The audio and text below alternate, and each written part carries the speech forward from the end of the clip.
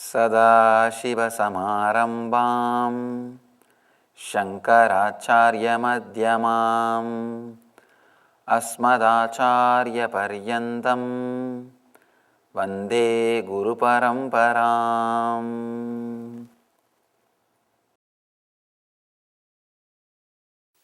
Today's subject is drop your mind, find your center. Let's enter into the today's sutra, then we will see what Shiva says in that sutra and why he is telling us to drop our mind. What's the reason? Damantatshobha sambuddha sukshamagnitilakakritam bindum shikante hritaye layante dhyayato layaha. Very beautiful sloka. Sanskrit is not only important linguistically, it is important phonetically also. The very sound, the very vibration created by that mantras does something to your being, does something to you. Let me repeat the sutra, Shiva's words, then we will enter into the meaning. What Shiva means by saying the word drop your mind. Damantatshobha sambuddha sukshmagnitilakakritim bindum shikande hritaye layante dhyayato layaha.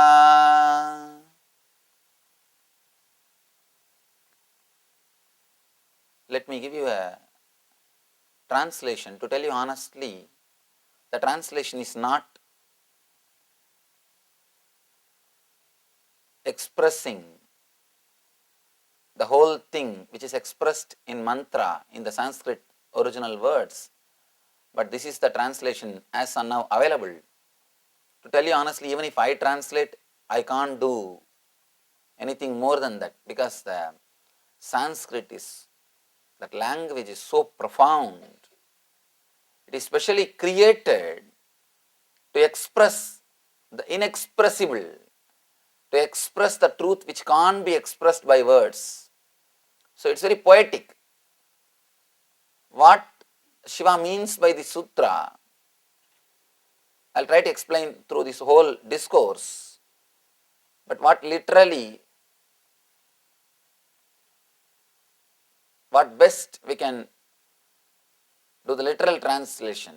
I'll try to give you the literal translation. Literal translation says, when on a bed or a seat, asana means comfortably.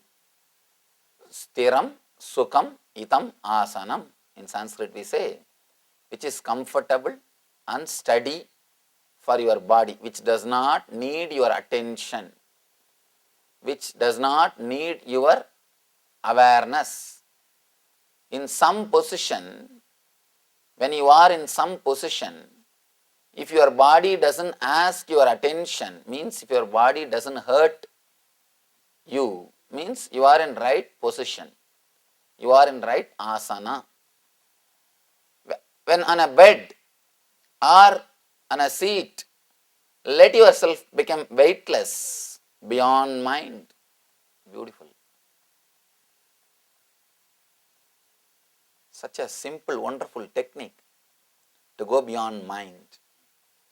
Shiva is actually teaching how to make your whole life into meditation, how to constantly jump into the space of no mind, how to constantly jump into the space of eternal consciousness, how to jump into the peace which is in your being through all possible methods.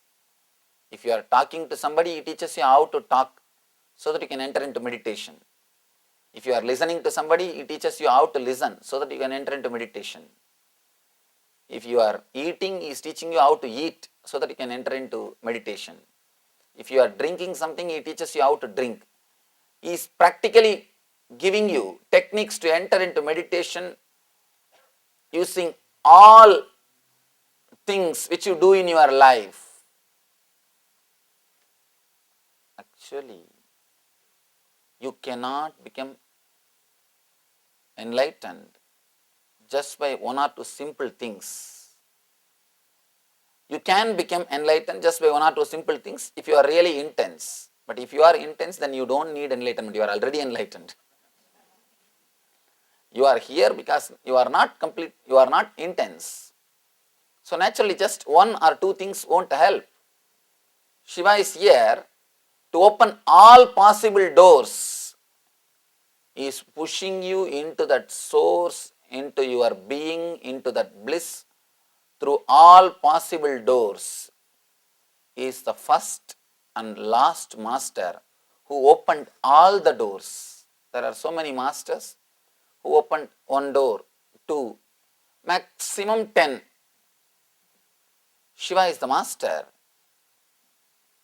first and last, because still nobody else has done that job. He is opening all the doors. All possible doors are opened by him in this single book.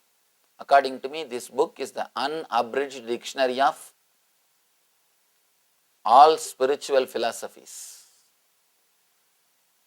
All spiritual philosophies are recorded, I can say, created, expressed through this book in an unabridged way, in its fullest form.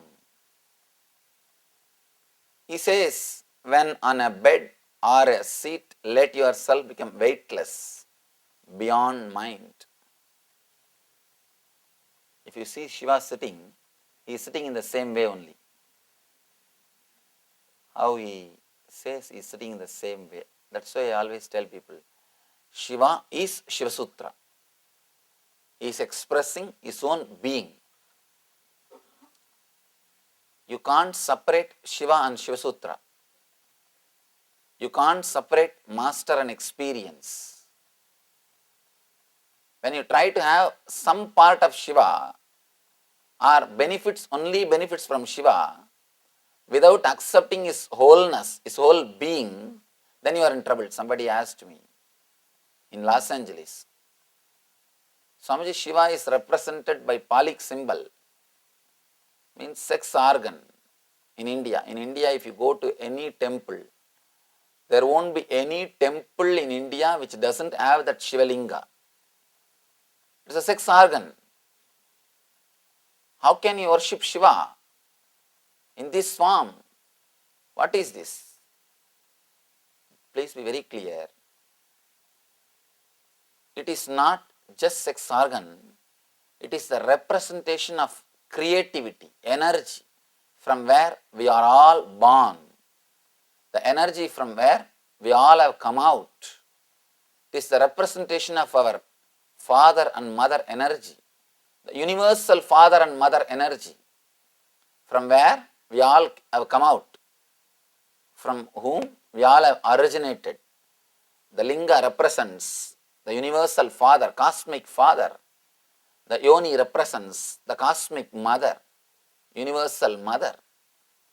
Through this form, we are representing the cosmic mother and cosmic father. And one more thing, unless you accept the root energy, the base energy which is in you, you can't transform it.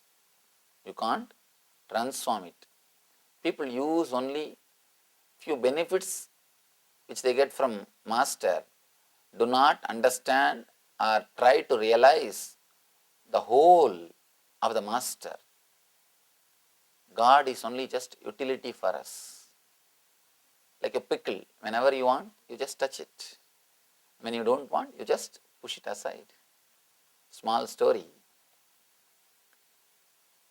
Guy met with an accident, taken to Mercy Hospital in emergency room, After treatment, after 2 days, he is slowly regaining from coma, he is coming back to consciousness. Doctor and nurse, both of them were standing near him. Both of them were giving confidence to him. They are saying, don't worry, you are all right, you will become all right within few days. Nurse asked, are you covered by insurance? He said, no. Then will you pay in cash? He said, I am afraid I may not be able to. She asked, do you have any relatives? No, I have only one sister. She is also become nun in New York. She is real spinster. Nurse was really offended. She said, don't talk. Sir, I want you to understand, nuns are not spinsters. They are married to God. He said, oh, in that case, send my bill to my brother-in-law. In that case, send the bill to my brother-in-law. Be very clear. God cannot be just a utility.